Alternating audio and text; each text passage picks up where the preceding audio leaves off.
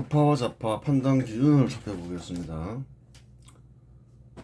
이제까지 근대적 조치에 대해서 살펴보았죠. 근데 근대적 조치 중에서도 주로 이제 경제적 조치에 해당되죠. 우파와 좌파를 가르는 핵심이 되는 기준은 뭔가요?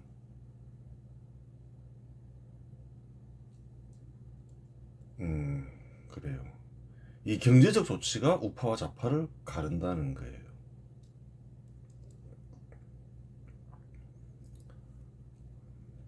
수천 년간 권력에 의한 생산이 진행됐죠. 권력에 의한 생산을 그래 유지하기 위해서 정부를 민간보다 우위에 두고 신분제도를 만들었다는 거예요. 근데 권력에 의한 생산을 해보니 결과가 굉장히 안 좋았죠. 절대 다수의 국민들은 빈곤에 시달려 있고 절대 다수 국민들의 인권은 유린되었다는 거예요. 그 반작용으로 나온 것이 이제 근대적 조치라는 거예요. 근대적 조치는 그래요. 고대 왕국의 조치와 자연히 정반대의 조치죠.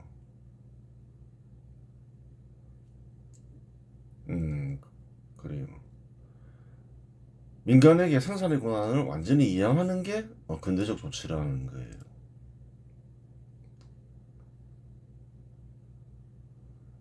이것은 무엇에 대한 입장인가요? 생산과 소비에 대한 입장이라는 거예요. 그래요. 생산의 권한을 민간에 넘기기 위하여 다양한 조치들이 실시되죠. 신분제도 폐지, 자유로운 경제활동 보장, 사유재산 보장, 다양한 것들이 있죠. 또 민주주의 실현. 그래요. 그러면 경제적 입장이 이러하다. 그래서 그러면 이제 근대 국가 수립 세력 인사냐? 또 그렇지가 않다는 거예요. 얼마든지 가정할 수는 있다는 거예요. 그런데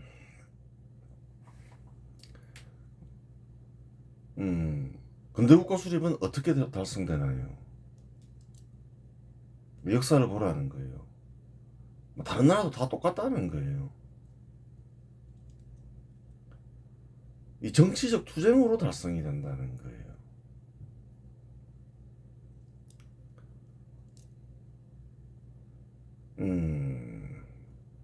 예를 들어서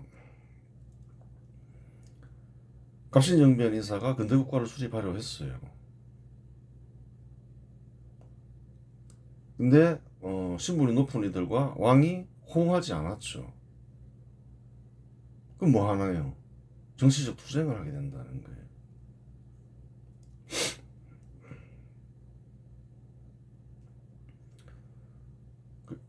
혁명을 일으켰죠. 갑신정변. 그 실패했죠. 그럼 뭔가요? 정치적 투쟁이라는 거예요. 저절로 달성되는 게 아니라는 거예요. 가보게요. 가보개혁 할 때도 투쟁이 있었죠. 왕이나 또 왕을 따르는 이들은 반대하고 또 그것을 제압하면서 근대적 조치가 실시되었죠. 큰 성과를 내지는 못했지만 그렇다는 거예요. 아니 그 군사정부가 신산업 육성을 할 때 반대하는 저항 세력이 없었냐는 거예요. 저항 세력 많았다는 거예요. 뭐 경부고속도로 건설할 때도 그러하고 고속도로 건설할 때도 그러하고 뭐 신산업 육성할 때 뭐 제철소 설립 할 때도 그러하고 반도체 산업 육성할 때도 그러하고 저항은 항상 있다는 거예요. 그 제압하는 게 뭔가요? 그 정치적 투쟁이라는 거예요. 그것도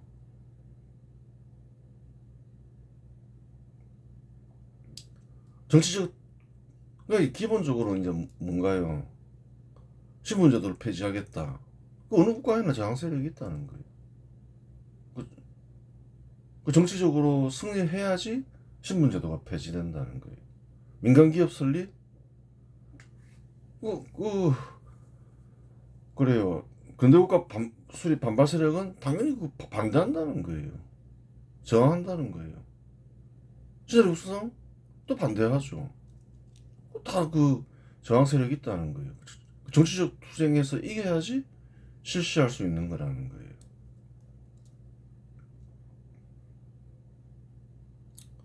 그 이제 얼마 전에 있었던 이명박 정부 때 그래요. 물이 중요하죠. 뭐 산업용수로도 중요하고 식수로도 중요하고 사대강 사업하겠다. 저항하잖아요. 제대로 큰 성취를 내지 못했죠. 하다 말아버린 거죠. 어느 정도는 뭐 성과를 냈지만 그렇다는 거예요. 따라서 우파 판단 기준에는 단순히 이제 경제적 입장만 있는 게 아니라는 거예요. 정치적 입장도 있다는 거예요. 그 정치적 입장도 살펴봐야지 이제 음, 저, 완전한 견해가 되겠죠. 그래요. 우파 판단 기준에 따른 정치적 주요 사건, 그 주요 사건을 통해서 살펴보는 거죠. 고대 왕국과 근대 국가를 가르는 기준은 생산과 소비 시스템이다. 음, 고대 왕국과 근대 국가의 차이를 알아라는 거예요. 고대 왕국은 권력에 의한 생산 시스템을 구축하고 자급자족하는 공동체를 지향한다. 그렇죠. 어느 나라는 그랬다는 거예요.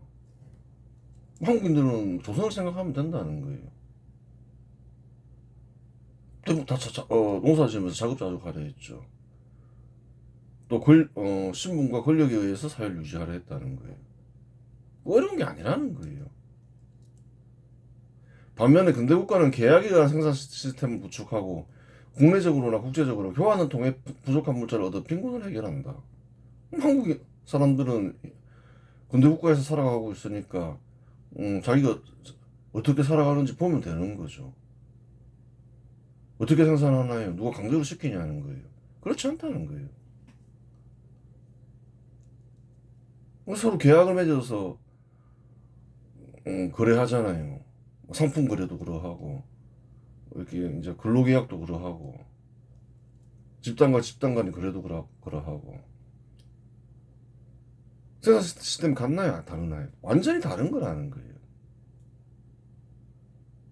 부족한 거 어떻게 구하나요? 고대 왕국은 특히 조선은 어땠나요? 척양척야를 외치면서 무역 같은 거 왜 하냐? 그런 거 필요 없다. 뭐 가난해도 뭐 우리끼리 뭐 어떻게 해결하겠다. 그런 식이었다는 거예요. 근데 근대 국가는 어떤가요? 필요한 물자를 많이 수입하잖아요. 식량도 많이 수입하고 한국은 또 뭐 지하자원, 뭐 석유, 철 다 수입하잖아요. 부족한 물자를 뭐 국내적으로 어떻게든 해결하려 한다. 그런 국가가 근대 국가가 아니라는 거예요. 어떤가요? 조선과 한국을 비교하면 생산과 소비 시스템이 완전히 반대라는 거예요. 그 사실을 알아야 되는 거예요. 윤리라는 것도 마찬가지라는 거예요.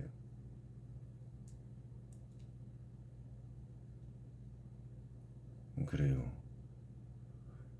계약에 의한 생산 시스템을 갖춘 곳에서의 윤리와 고대 왕국의 윤리는 자연히 완전히 다를 수밖에 없다는 거예요. 고대 왕국의 윤리가 좋아 보여. 그것을 정치 시스템에 도입해서 실시해봐야 되겠어. 조선왕실처럼. 그럼 어떻게 되나요? 국한된다는 거예요. 베네수엘라나 북한 같은 나라가 되겠죠. 그래요. 근대 국가에서는 정부를 민간보다 우위에 두지 않고 신분제도를 금지하니 권력과 신분에 의한 생산은 자연히 불가능해진다. 그렇죠. 누가 이제 권력을 가지고 강제로 일을 못 시키죠. 그러면 불법이 되죠, 이제. 이와 같은 생산 시스템을 채택한 데에는 특별한 이유가 있는 것은 아니다. 수천 년간 권력에 의한 생산을 했죠. 근데 왜 그 폐기했나요?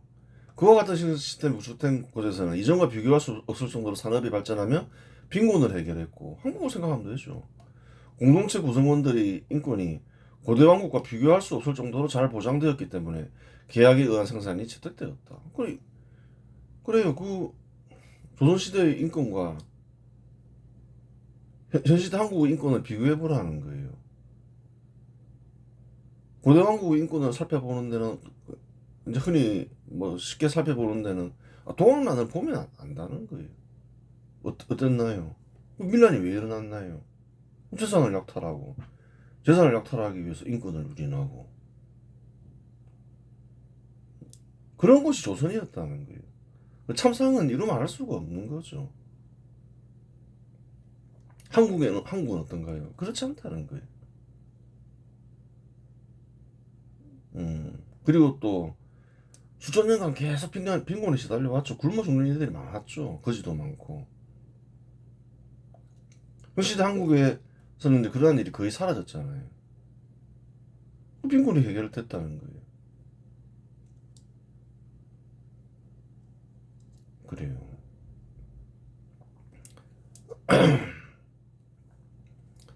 그런데 이와 같은 근대적 시스템을 구축하고 유지하는 일은 저절로 되는 일은 아니다. 고대 왕국에서 근대 국가를 수립하려 하면 이에 반발하는 강력한 저항이 있다. 그렇잖아요. 역사 속에서 다 관찰이 되잖아요. 권력과 신분제도를 통하여 정치적 경제적 이득을 얻는 이들은 자연히 근대국가 수립 반발 세력이 된다. 다 조선시대 때 갑신정변 인사들이 개혁하려 하니까 신분 높은이들과 왕은 반대하잖아요. 권력과 신분제도 하에서 수천 년간 사람들은 살아가면서 권력과 신분제도를 정당화하는 관습적 견해를 대부분 수용하게 된다. 그러한 이유로 권력이 없는 이들이나 신분이 낮은 이들도 근대국가 수립 반발 세력 인사가 되는 경우가 허다하다. 잘 생각을 해보라는 거예요. 동학난을 일으키는 사람들은 왜 일으켰나요?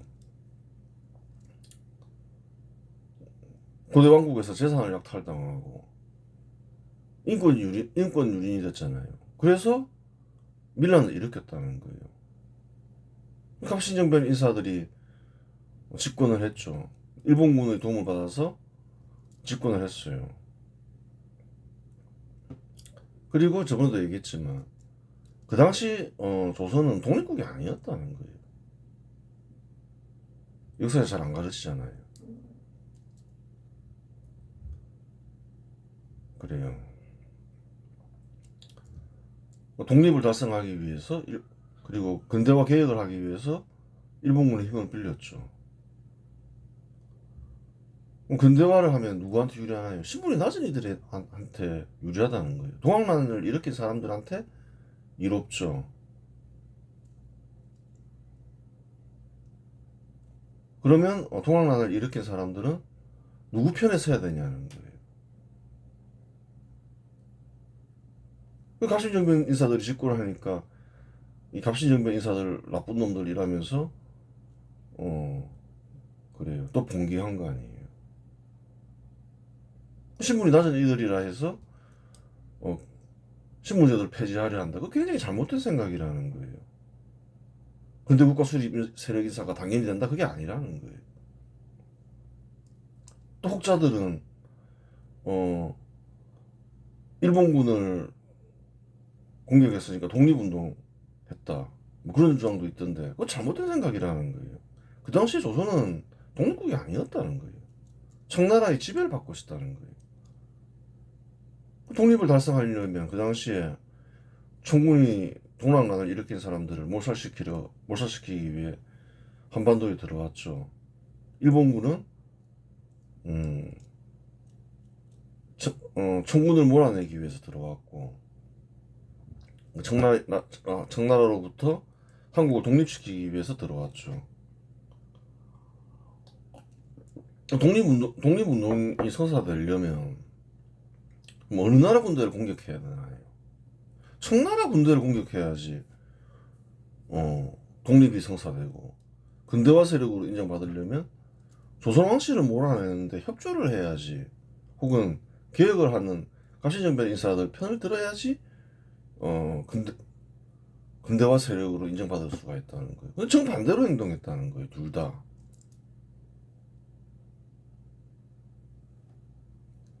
그래요. 신분이 낮은 이들도 근대국가 수립 반발 세력 인사가 되더라. 역사적으로 확인이 되잖아요. 근대국가 수립에 성공한 국가라고 하여 저항 세력이 사라진 것은 아니다. 한국은 이제 근대국가 수립에 현 시대에서 보면 상당히 성공했죠. 근데 저항 세력이 없냐는 거예요.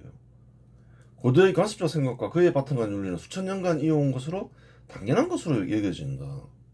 농본주의 이런 게 여전히 당연한 것으로 생각하죠. 신분제도가 과연 폐지됐냐는 거예요. 자유로운 경제활동이 잘 보장되냐는 거예요. 민간정부 이후에 더 악화된 거죠. 농본주의도 강화되고. 쉽게 안 사라진다는 거예요. 시대가 바뀌었으면 시대에 필요한 견해와 그 견해에 바탕한 윤리가 수립되어야 하는데 그 시대가 바뀐 지 수백 년밖에 되지 않아 근대화 이념은 온전한 모습으로 세상에 드러나지 못했고 그로 인하여 새 시대에 맞는 새 윤리는 아직 선포되어 전파되지 않은 탓이다. 그냥 고대 윤리가 계속 이어진다는 거예요. 한국도 마찬가지죠. 고대 윤리는 관습화됐죠. 당연한 것으로 여겨지죠. 과연 신분제도가 폐지됐다는 거예요. 산업공상 조선시대에 형성된 산업공상의 발상 그거 사라졌냐는 거예요. 그렇지 않다는 거예요. 예전보다는 많이 나아졌지만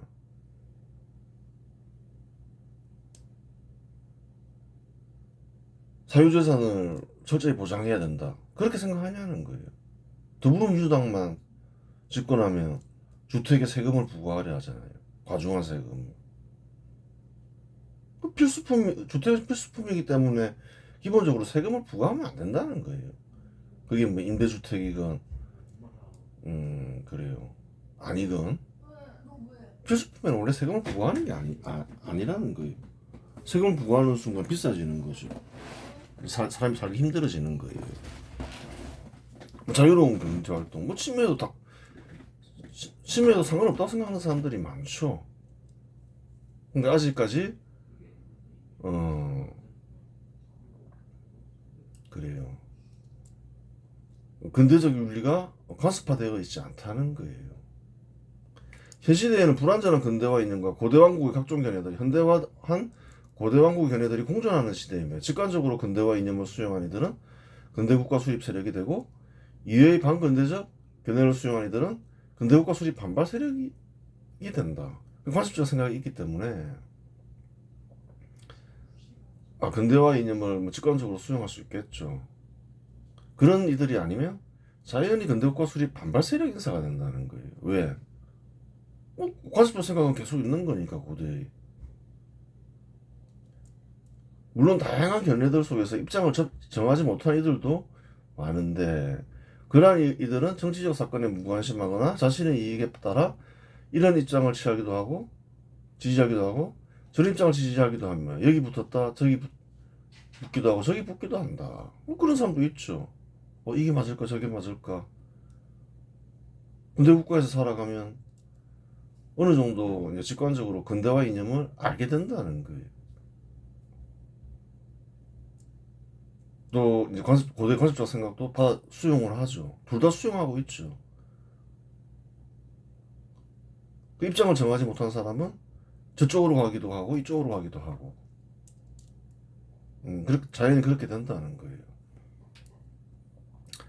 그 사정이 이러하다 보니 근대국가 수립 세력이 약해지거나 근대국가를 수립하고자 하는 목표가 상실한 곳에서는 근대국가 수립 반발 세력이 확대되면 반근대적 조치가 실시된다. 다 얘기했죠. 경험이 많거나 나이가 많거나 뭐 지식이 많거나 그런 건 다 필요 없다는 거예요. 근대 국가를 수립해야 돼. 고대 왕국으로 돌아갈 수는 없어. 근대적 조치가 국가를 번영하게 하고 한국인들을 이롭게 해. 그런 생각을 하지 않으면 자연히 관습에 얽매이게 된다는 거예요. 경험이 많다 해서 그렇게 안 되는 게 아니고 공부를 많이 했다 해서 그렇게 안 되는 게 아니라는 거예요. 결국 근대국가를 수립 유지 발전시키기 위해서는 근대국가 수립 반발 세력이 완전히 소멸될 때까지 필연적으로 우파와 좌파 간 투쟁은 불가피한 것이다. 그렇죠. 어떻게 해야지 완전히 소멸이 되어서 계속 유지 발전할 수 있을까요? 사실은 근대화 이념이 온전하게 드러나고 그에 바탕에서 근대적 윤리도 제정되어서 관습화돼야 된다는 거예요. 그렇게 되면 이제 고도의 관습적 생각은 완전히 폐기돼 버리겠죠. 그 전까지는 계속 이렇게 투쟁은 불가피할 것이다. 이렇게 얘기하는 거예요. 당연하죠, 뭐. 한국에도 고도의 관습적 생각에 지배당하는 이들이 얼마나 많고, 또 실제로 이제 그러한 조치가 실시되잖아요. 뭐 대표적인 게 최근에는 양국법이죠. 어느 국가 어느 시대에서나 우파와 좌파 사이 정치적 투쟁은 불가피하지만 국내적 국제적 사정에 따라 모두 동일한 입장을 취하며 동일한 조치가 실시되는 것은 아니다. 정치적 투쟁에서도 어느 나라에나 공통되는 것이 있지만 또 공통되지 않는 것도 있다. 둘 다 살펴봐야 되겠죠. 1930년대에 이르면 한반도와 만주에 거주하던 군대국가 수립 세력의 대부분 한국인들은 어떻게 되나요? 제국의 하수인이 되죠. 신일 세력이 되면서 일본 정부에 협조하며 실력을 양성했다. 그 사실이란 거예요. 어느 나라에나 이런 일이 있다는 거예요. 일단은 도저히 이제 독립이 불가능해요. 그러면 어떻게 해야 될까요? 투쟁을 하게 되면 몰살당할 수 있잖아요. 그래서 굳이 그럴 필요는 없다는 거예요. 그냥 실력을 키운다는 거예요. 일본 정부 하에서. 그래야 사람들도 그래요. 큰 피해 없이 살아갈 수가 있다는 거예요. 개개인의 인생도 중요한 거죠. 힘도 없는데 투쟁을 한다. 격렬한 투쟁을 한다. 몰살당하겠죠. 그런 사람이 많다는 거예요. 팔레스타인 보라 이렇게 얘기할 수도 있는 거죠. 그래요. 1948년 한국이 건국되었을 때 집권한 세력은 총독부 시절 근대국가 수립 세력 중에서도 소수파였던 항일 투쟁을 하던 독립운동을 하던 세력이었다. 그렇죠. 근데 잘 보라는 거예요. 한국이 건국될 때 근대국가 수립 세력이 이제 집권을 했으니까 근대국가가 수립이 된 건데 근대국가 수립 세력이라 해서 다 같은 세력은 아니었다는 거예요. 항일 투쟁을 하던 세력도 있고 독립을 고수하면서 아니다. 일단 실력 양성하자. 지금 하면 다 몰살당한다. 그렇게 생각하는 사람도 있겠죠. 그게 뭐 선악이 있는 건 아니겠지만 뭐 선악이 있을 수도 있고 뭐 하긴 하겠지만 한반도에 있는 사람들은 이제 그게 맞는 거죠 사실은. 한국인들을 다 몰살당하게 할 수는 없는 거죠. 그러한데 그 집권에 실패하죠. 집권을 할 수도 있었어요. 조선 총독부가 이제 일본이 패망하자 권력을 한반도의 근대국가 수립 세력 인사에게 먼저 이양하려고 했는데 거절을 하죠. 송진호가 대표적인 인사죠. 그래서 그 권력을 이제 공산당을 싫어했지만 공산주의자인 여운형에게 이양한다는 거예요. 총독부가. 일본인 재산과 일본인들을 보호하기 위해서. 그때 만약에 한반도의 근대국가 수립 세력 인사들이 권력을 이용받았으면 어떻게 됐을까요? 그 양상이 많이 달랐을 거라는 거예요. 실수를 한 거죠. 그러니까 이제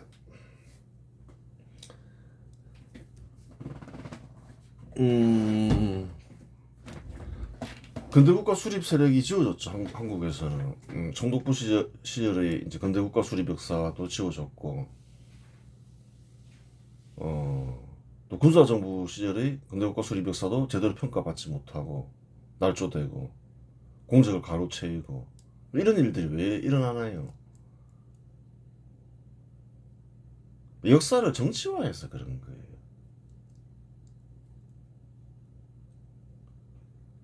집권 세력이 이제 독립운동가다. 이 이승만 독립운동가죠. 그러면 총독부 시절의 근대국가 수립 역사를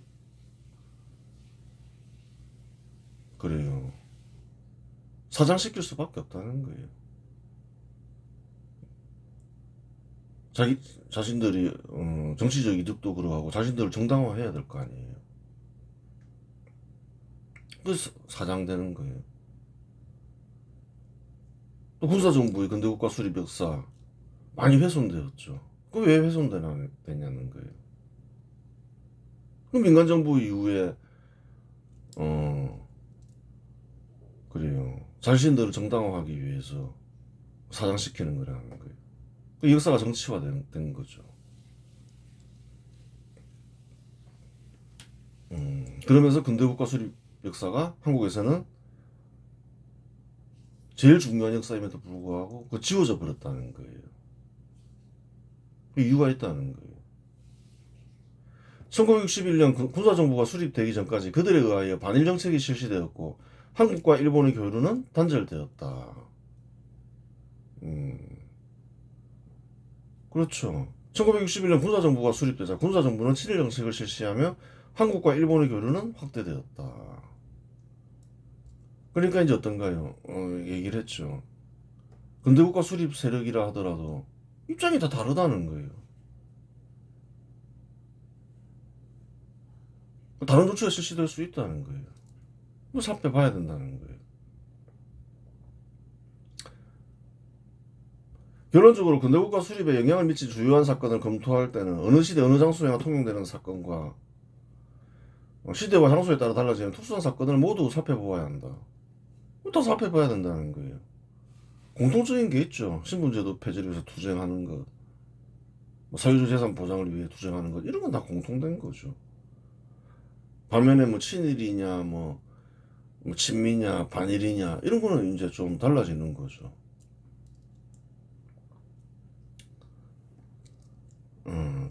두 가지가 동시에 있다. 그 근대국가를 수립하기 위해서는 1930년대에는 친일을 했다 하더라도 1945년 이후에는 친미하고 일단은 반일을 해야 될 거 아니에요. 미국이 일본을 싫어했으니까 나중에는 입장이 바뀌더라도 정치적 입장이 있다. 그러면 이제 첫 번째 기준은 뭐냐? 민주 정치를 이제 실시하냐 안 하냐에 따라서 우파와 좌파의 판단 기준이 민주 정치 실시가 우파 좌파의 판단 기준이 된다. 또 그 이유가 있겠죠. 충분히 발전한 근대국가에서는 선거를 실시하고 행정부, 입법부, 사법부를 독립시켜 서로 견제하게 한다. 이러한 현상이 발생하는 이유는 특정한 개인이나 집단이 권력을 장악하는 일을 금지시키기 위함이다. 그렇죠. 한국을 보라는 거예요. 선거 실시하죠. 행정부, 입법부, 사법부를 독립시켜서 뭐 서로 견제하게 하죠. 왜 이런 일을 하느냐는 거예요. 특정한 개인이나 집단이 권력을 장악하는 일을 금지시키기 위함이라는 거예요. 요즘에는 입법부와 행정부와 사법부를 통합하라고 하는 거죠. 그럼 어떤 조치가 되냐는 거예요. 그 반민주적 조치가 되는 거죠. 또 반민주 정치인 거죠. 정부와 민간 사이 평등 달성을 중시하는 근대 국가에서 정부에 소속된 공직자나 정부기관 혹은 특정 정당이 권력을 장악하는 일은 용인되지 않기 때문에 실시되는 조치이다. 그 왜 이런 조치를 실시할까? 왜 선거를 실시할까? 이런 걸 생각해 보라는 거예요.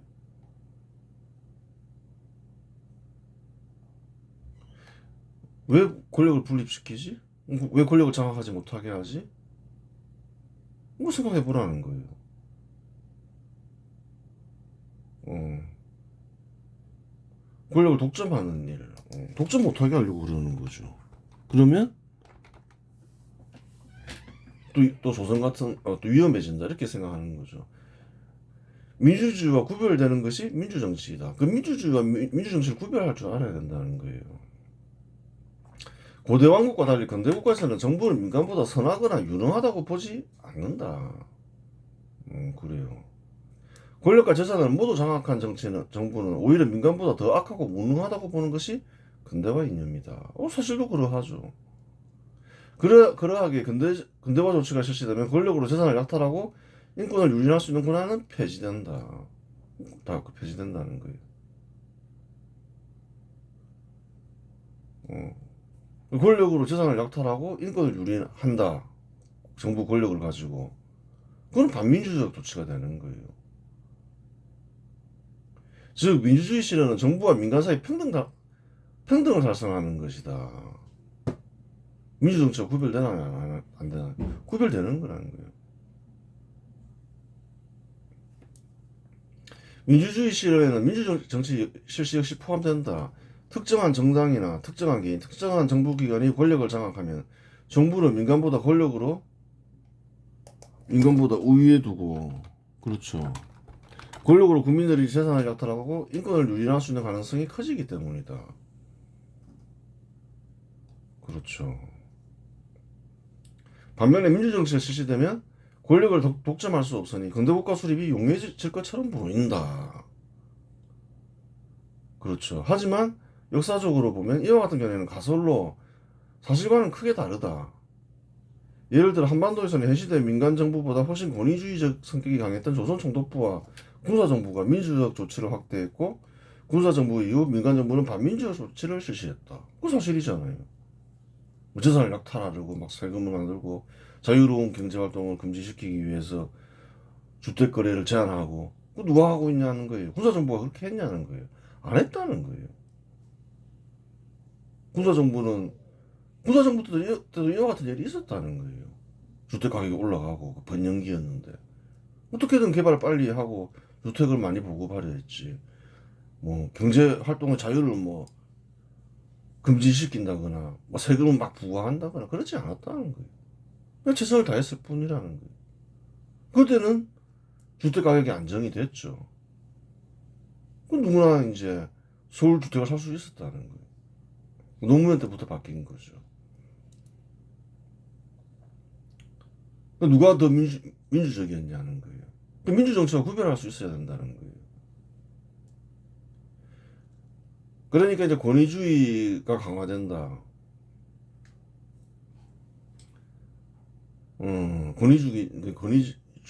권위적인 정부다라고 이제 가정하고 둘 다. 또 군사정부는 좀 다르지만 뭐 조선 총독부와 비교해 보자는 거예요. 막강한 권력을 지니고 있었다는 거예요. 조선 총독부도 그러하고 조선 왕실도 그러하고. 그런데 조선 총독부는 뭐 민간 기업 설립 허용하고 뭐 여러 가지 조치를 취하죠. 근대적 자유로운 경제활동 보장하고 조선 왕실은 정반대였죠. 권위주의 정부라 해서 민주주의를 무조건 실시하지 않는다. 또 그것도 아니라는 거예요. 조선 왕실은 정반대였지만 또 민주정부라 해서 민주주의 실현을 위해서 일한다? 그것도 아니라는 거예요. 막 국민들 재산 약탈을 하려 하고 자유로운 경제활동을 침해하려 하잖아요.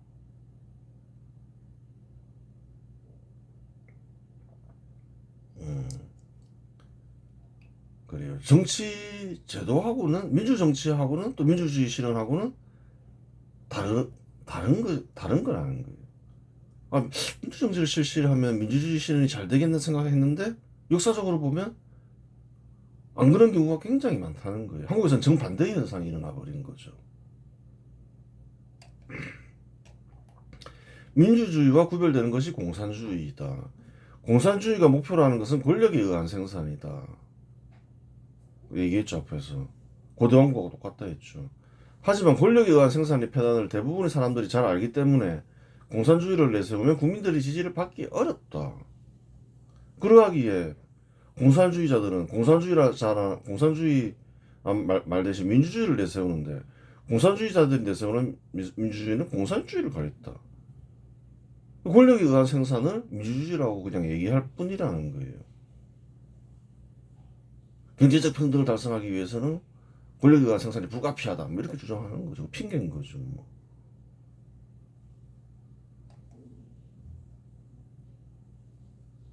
그래요.